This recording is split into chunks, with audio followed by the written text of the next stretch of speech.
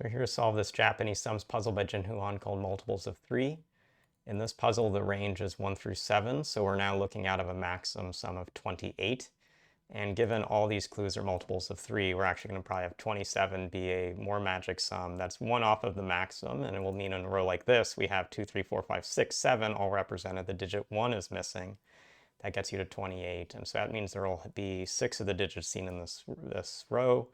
That means we'll take at least these 4 cells in the middle, and looking up above, that means that, for instance, the 12 is going to have to take at least one more cell in these cases. This next row up above also has a total sum of 27, which means 1 is missing from it, and then it's going to have a group of size sum of 9. That can't be in a single cell, so this group already in green is a sum of size 9.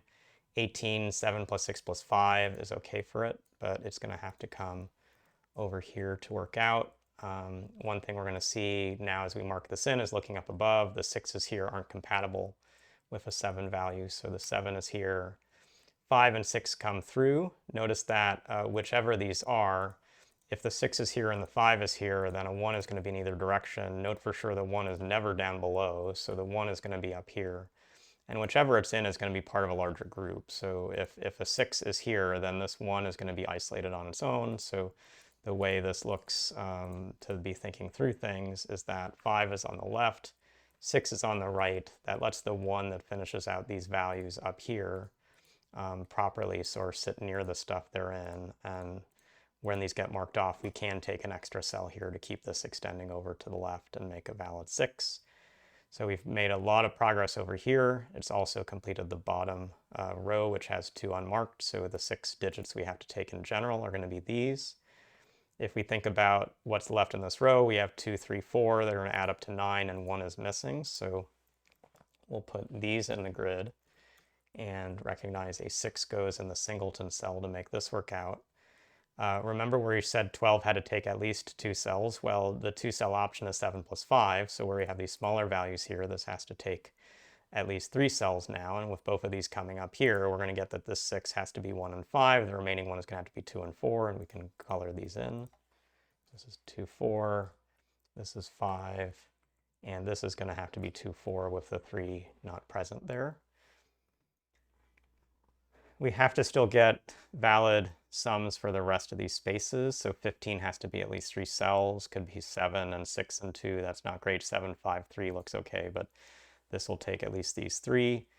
18 could have been in 3 cells, 7 plus 6 plus 5, but a 6 is already here. So 7 and 5 and 4 gets us up to 16, needs to take 2 more at least. So this will have to take at least 4 cells, which makes we can shade these 3 in because it could be the top 4 or the bottom 4. It could also be all 5 cells and have the digit 3 missing. So either 1 and 2 are missing or the digit 3 is missing in the space. But marking that then this 18 has to come across. Getting that sense that this comes across, we're going to see that this group of 12 can't connect through the cell. It'll get too large. Now we've got to start thinking about how we place the 9s. A 9 can't be in a single cell. It can be in 2 cells, so those 2 cells can be in this set of 2 cells. This is actually interesting. I didn't place it yet, but we have a 3 forced down here, which means the next one that appears in this column is going to be the 1, 2 pair, and then what's left for the whole column is going to be 4 and 5 with 9. So this is another pretty magic sum at the start of the puzzle that we actually know enough about to get placements around. And it's now going to lead to some other conclusions as we think through the rest of the spaces because of constraints it's going to place on these cells around it. Like 2 and 7 is possible for this, but 7 is not going to be able to sort of be through a clue that's this large. So this 9 has to take 3 cells because it's not compatible with a 7 here or here. But now a 12 can only be as large as 4 cells, so this is marked off. We're going to get 5, 7, 5, 6, 7, 5, 6, 7 is the way these work out. The 9 is going to need to take at least 1 more cell, but it's not going to be able to go all the way up to here. That means where this 4, 5 is going to be part of this big sum, it's going to be here with 1 more digit, and then it's going to have a 3 over here to complete those values. So a lot we can think about with that. And trying to think through other things we know. We probably know that we can't take the 7 or 6. There's going to be a way to think through this 21 and what's missing. So this is missing a 7 overall, and that could be 2 digits or 1 digit. We've got sort of 5 digits already marked in the grid. This sum in the bottom is going to be tricky, so 2 with 4 would force it to be a 6, and so I think this is the key thing. If for any value except this being a 3, this is 2, the one above is 4. If this is 4, the one above is 2. You're going to put a 6 down here. So this has to be a 3. And then with this 2, 4 option, this is going to look like a 5, 7. And in this space, this 12 that already has 6 accounted for needs 1 and 5 to be placed, and the 5 can't. Sorry, the 1 can't be here because it's not in this row. We said that at the start, so the 5 is there, the 1 is up here. These digits flow out, and placing this 5 puts in a 7, puts in a 2, 4, 2, 4, 2, 4, which goes very quickly. Gets us these things. That now means what's left in this 9 coming up is 3 and 6. What's left here is 5 and 6. If the 6 is placed, it needs to be with a 3 or a 1 and 2. Those are both removed as options, so this has to be a 5. And then of those, we can't get 1 or 3, but we can put in a 4, so this looks good for that. The 6 to the left can't be a single digit anymore because the 6 is already used, so it's got to be 2 digits. And that's going to actually force some constraints now with this being part of the 15. This has to keep coming to the right. And we can mark in this is going to be part of a 3, 6, however it goes. This 15 has to take at least 3 digits, 7 plus 6 plus 2, something like that. So it's going to take these middle positions. This 6 coming across, which has just a single 1, needs to take 2 more cells. It's going to have to be 1 plus 2 plus 3 because the 5's already there. So mark this off.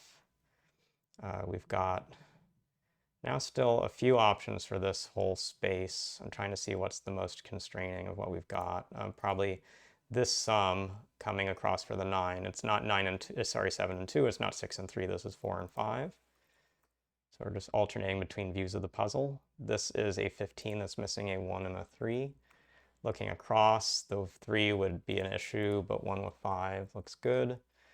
That 5 means this is 4 with 5 above, which means we're looking for a 1 to go off of this 6 clue, which is going to be here. Put in this 1, put in this 3, mark these all off. That now means that the remaining digits in this column are 2 and 3, and this has to be blackened because there are no more digits that can be placed. This total sum is missing 7, so 2, 3, 6 is what's going to go in that whole row. Notice that if a 2 or 3 is used here, with that digit there, we get a sum of 5 with 1 more to go, so that's no good. So the 6 must be here, which means this is a 3, this is a 2, this is a 3, this is a 2. This is 8 missing a digit, which needs to be 7. This is 3 looking for another digit to get up to a value of 9. And this remaining sum right now is 16 with a missing 2 to get to 18. So we've worked our way around the grid, and just as with other Japanese sums puzzles, it started by marking some known unknowns. And that really started, I think, on this bottom row and then these first columns to get this cluster of a 7, 5, 6 coming across. That needed to have the starting point, but then we chipped away through the left of the grid to the top of the grid with individual digits, some digit pairs, and worked our way through. So a lot of alternating styles of shading cells, marking unknown cells that will have to take a digit, and then just thinking about partial sums and making them work out. One of the things we could have caught on to earlier was actually this 9, 3, 3 column is forced very early because 2 3s together mean a single 3 and a 1 plus 2. Which means there's a 4, 5 up above, and once we got that, we got good headway to the top. So hope you got something from the solving video, and we'll see you again soon.